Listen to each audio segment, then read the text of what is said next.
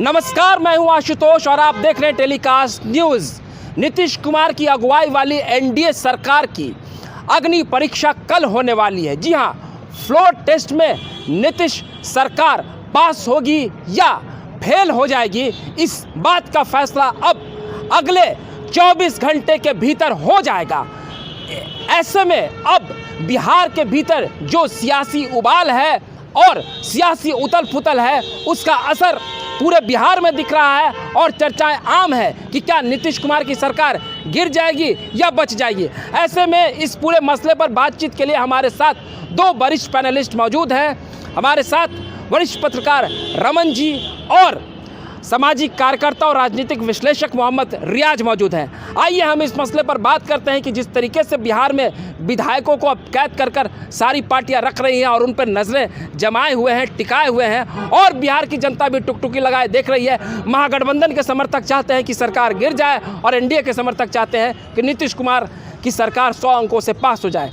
तो सबसे पहले रमन जी, हम आपका अपने यूट्यूब मंच पर स्वागत करते हैं।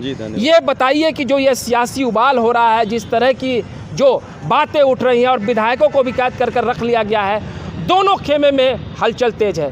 क्या लगता है कल बिहार की राजनीति के लिए कल का दिन कितना खास है और कैसी सियासी उथल पुथल कल देखने को मिल सकती है? देखिए, सबसे पहले तो मैं बताऊं कि बिहार में जो अभी सियासी हालात चल रहे हैं और तमाम वो दल जो हैं अपने विधायकों को छुपा कर बैठा कर, कहते हैं ना कि एक सुरक्षित जगह पर रख रहे हैं ताकि उनके विधायक इधर से उधर ना हो जाए। ये पहली बार शायद बिहार के इतिहास में हो रहा है। इससे पहले मैंने अपने जहाँ से मेरी समझ है तब तक मैंने देखा नहीं कि अभी तक ऐसा कोई हालात बना था बिहार में कि विधायक हो नज़रबंद हो गए। एक तरह से कह सकते हैं जो दूसरे की रक्षा करते थे, हाउस अरेस्टिंग हो गया है। हाँ, हाउस अरेस्टिंग कह सकते हैं उसको। लेकिन जो अभी तक जो हालात बन रहे हैं, जिस तरह से राजद की तरफ से खासकर बात की जाए तो मुझे लग रहा है वो राहत में है। बाकी अगर जदयू की बात की जाए तो लगातार गंभीर मुद्दे उठ रहे हैं उनके ऊपर। कल नीतीश कुमार भी हैं, 7-8 मिनट मात्र रहते हैं श्रवण कुमार के यहाँ और वहाँ से भागे दौड़े चले आते हैं। कहीं ना कहीं नीतीश कुमार के अंदर मैंने उनके इतने 35 साल के राजनीतिक कैरियर में मैंने कभी भी अस्थिर उनको इतना नहीं देखा है। तो रमन जी बता रहे हैं कि अब तक के राजनीतिक करियर में नीतीश कुमार जितने असहज नजर आ रहे हैं वो पहले कभी नहीं नजर आए। मोहम्मद रियाज, हम आपसे जानते हैं, आपको क्या लगता है कि नीतीश कुमार की अपनी पार्टी पर अब पकड़ कमजोर हो गई है और कल उनके विधायक उनको धोखा दे देंगे? निश्चित रूप से इनके तीर के जो निशान हैं, जिनके तीर छाप से है, ये खुद ही घायल हो गए। ये अपने ही बाजीगरी में ये फंस गए हैं और ये इनकी चाल पूरी तरह से फंसी हुई दिख रही है और बेचैन तो बिल्कुल है। और दूसरी तरफ जो बीजेपी का जो एक इरादा था कि बीजेपी का इरादा था बिहार से इनको माइनस करना, पॉलिटिकली माइनस करना, ताकि ये लोग आर पार की लड़ाई जदयू और बीजेपी, जदयू भले राजद और बीजेपी आर पार की लड़ाई लड़ सके। इस लड़ाई में जदयू एक मोहरे के रूप में था, बीच में एक मतलब कहा जा सकता है कि बाधा उत्पन्न कर रहा था। ये बीजेपी के लिए नुकसानदेह है। तो बीजेपी हमेशा से चाह रही थी कि हम जदयू को कोई नई जगह दे दें, कोई दूसरी जगह स्थान दें, या तो इनको केंद्र में दे दें या पोस्ट बहुत सारे थे, लेकिन इनको बिहार की पॉलिटिक्स से मोह लगा हुआ था। ये बिहार की पॉलिटिक्स को छोड़ना नहीं चाहते थे और इसी घबराहट में ये पैदल चल करके तेजस्वी के घर गए। लेकिन तेजस्वी के घर जाने के बाद, वहाँ से डील करने के बाद, 17 महीना रहने के बाद जब फिर क्या उथल पुथल हुई, किस बात से इन्हें डराया गया, निश्चित रूप से इनसे कोई बड़ा डील किया गया। लेकिन इस बीच में जो है बीजेपी के जो चाणक्य है, वो चाणक्य ने इनको चकनाचूर कर दिया। हर हाल में बीजेपी को फायदा हो गया। बीजेपी बिहार की पॉलिटिक्स से इनको माइनस कर दिया। तो ये मोहम्मद रियाज कह रहे हैं कि बिहार की राजनीति से नीतीश कुमार को सल्टाने का ये सुनहरा अवसर है। तो मैं रमन जी से जानना चाहूँगा, आपको इस पूरे ऑपरेशन के तहत जिस तरीके से राजद ने अपने विधायकों को कैद कर अपने आवास पर रखा है, जदयू बेचैन है, नाराज़ नहीं कह सकते, बेचैन है और बौखलाई हुई है, आपको क्या लगता है इस पूरे प्रकरण में बीजेपी का क्या रोल है? देखिए, बीजेपी की जहाँ तक बात की जाए तो आपने सम्राट चौधरी का वो बयान ज़रूर सुना होगा। सम्राट चौधरी ने ज़रूर कहा कि इस वक्त हम नीतीश कुमार के साथ हैं, लेकिन 2025 में बीजेपी की सरकार आएगी। और मुरेठा जो सबसे बड़ी चीज़ है उन्होंने कहा था कि मुरेठा तभी खोलेंगे जब नीतीश कुमार को बिहार की गद्दी से उखाड़ कर फेंक देंगे। अभी तक ना उन्होंने मुरेठा खोला है और ना ही कुछ। ज़रूर बीच में उनका बयान आया था कि हम राम मंदिर में जाकर मुरेठा चढ़ाएंगे, वहाँ पर दान करेंगे। लेकिन देखिए बड़ी सावधानी से बीजेपी है ना, हर एक कदम को है फूंक फूंक पर चल रही है। आपने देखा होगा कि हर एक दल में वो घबराहट है, चाहे वो राजद की बात कर ली जाए, कांग्रेस की बात कर ली जाए, जदयू की बात कर ली जाए, लेकिन आपने कभी बीजेपी विधायकों को घबराहट में इस दरमियान नहीं देखा है। उनके मुख पर यही है कि हम सरकार बना रहे हैं। आखिर सरकार तो बननी है, दो किस्म की सरकार बन सकती है। अगर नीतीश कुमार से छुटकारा मिल जाए तब भी उनकी सरकार बनेगी, और नीतीश के साथ अगर बहुमत सिद्ध कर लेते हैं तब भी उनकी सरकार रह जाएगी। तो जिस तरीके से 2022 में नीतीश कुमार ने पलटी मारी थी और उसके पहले भी बीजेपी को टीस दिया था, तो क्या ये वही सुनहरा मौका है कि बीजेपी शांत बैठी हुई है? अगर नीतीश कुमार की सरकार गिर जाए या बच जाए, दोनों सूरत में चित और पट बीजेपी की होगी। आपको क्या लगता है? बीजेपी को दोनों हाथ में लड्डू है। बीजेपी का जो अपना निशाना था वो फुलफिल हो गया। बीजेपी क्यों परेशान होगी?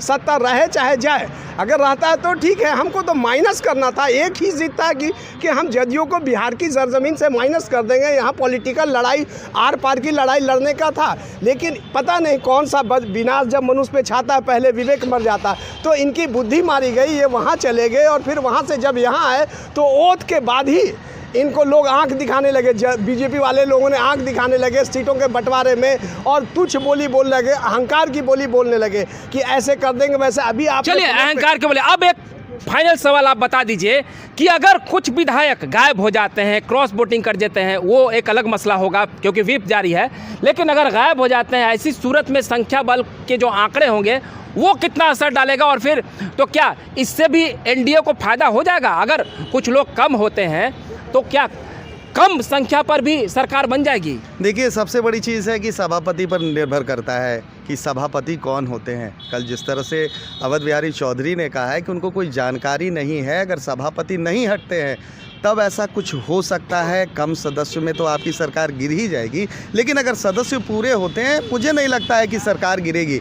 देखिए आशुतोष जी, मैं बताऊं, साफ बताऊं कि नीतीश कुमार एक माहिर खिलाड़ी माने जाते हैं बिहार की राजनीति, बिहार के चाणक्य वो भी चाणक्य कहे जाते हैं। आज तक इतने दल उन्होंने बदले, एनडीए से गए, महागठबंधन में गए, महागठबंधन से फिर एनडीए में आए, फिर महागठबंधन, फिर एनडीए।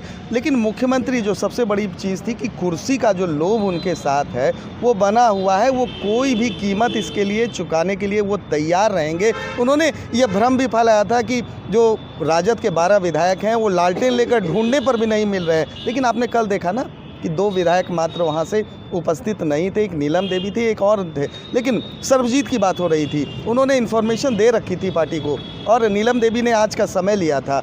तो कह सकते हैं कि नीतीश कुमार जो रणनीतिकार है, जो रणनीति उनकी है, उसके तहत मुझे नहीं लगता है कि बिहार में सरकार गिरेगी। हाँ, मीडिया है, मीडिया में शोर है, सियासी हलकान में शोर ज़रूर है कि नीतीश कुमार की सरकार गिर जाएगी, लेकिन तेजस्वी को इससे फ़ायदा होगा। मैं बताऊं कि 2025 के जो चुनाव, उनके हाव भाव से आप देख रहे होंगे कि जितने रिलैक्स वो नज़र आ रहे हैं। शायद नीतीश और क्षमा करें, शायद अगर महागठबंधन में नीतीश कुमार रहते तो वो मैंडेट उनको नहीं मिल पाता जिसकी आस लगाई जा रही थी, क्योंकि जिस तरह से नीतीश कुमार की जो है विश्वसनीयता गिरी है आम लोगों में। आप आम जनों से जाकर, खासकर युवाओं से जाकर पूछेंगे, और जो नौकरियां सबसे बड़ी जो कड़ी होगी अगर तेजस्वी की सरकार आती है 2025 में, तो सबसे बड़ी कड़ी ये होगी कि जो 4 लाख 10 लाख रोज़गार के वादे थे और 4 साढ़े 4 लाख लोगों को नौकरियां दी गई, वो सबसे बड़ी और अहम कड़ी मानी जाएगी।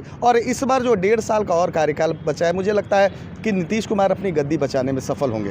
तो ये रमन जी बता रहे हैं कि नीतीश कुमार की सरकार नहीं गिरने जा रही है, लेकिन जिस तरीके से अभी सरकार चल रही थी उसमें तेजस्वी यादव ने अपने लिए राजनीतिक फ़ायदा ले लिया है नौकरी बांटकर, और आने वाले समय में अब बिहार की राजनीति में लोग नीतीश कुमार को नहीं देखना चाहेंगे। इससे राजद को फायदा होगा। अब हम आखिरी सवाल आपसे कर लेते हैं। रियाज जी, ये बताइए कि ये जो पूरा सियासी जो उथल पुथल का दौर चल रहा है, क्या नीतीश कुमार कर अपनी सरकार बचा लेते हैं तो आगे की क्या रणनीति हो सकती है राजद की?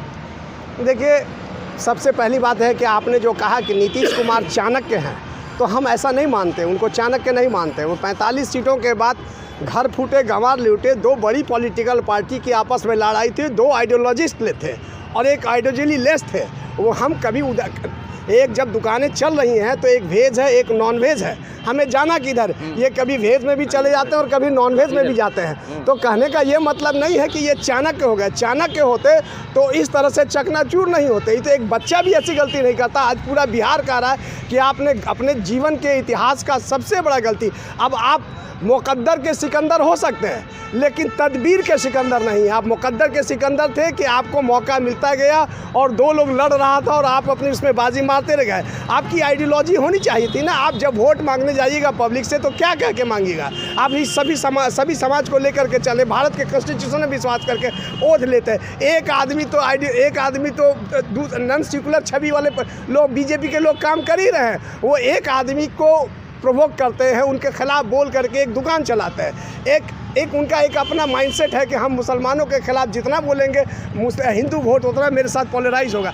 लेकिन नीतीश कुमार जिस आइडियोलॉजी से आते थे, जिस खेमे से आते थे, जेपी लोहिया के शागिर्द या जेपी के शागिर्द रहे, उस आंदोलन से जुड़े थे। इनकी नैतिक जिम्मेवारी थी कि हमेशा सेक्युलर फ्रंट के साथ रहते, लेकिन इन्होंने अपनी नैतिकता को बेच दिया और हर जगह बेचा। और इनको चाणक्य कहना, चाणक्य तो वो हुआ जो अपने इशारे पे चल रहा और इनको हर मोर्चे पे विफल किया।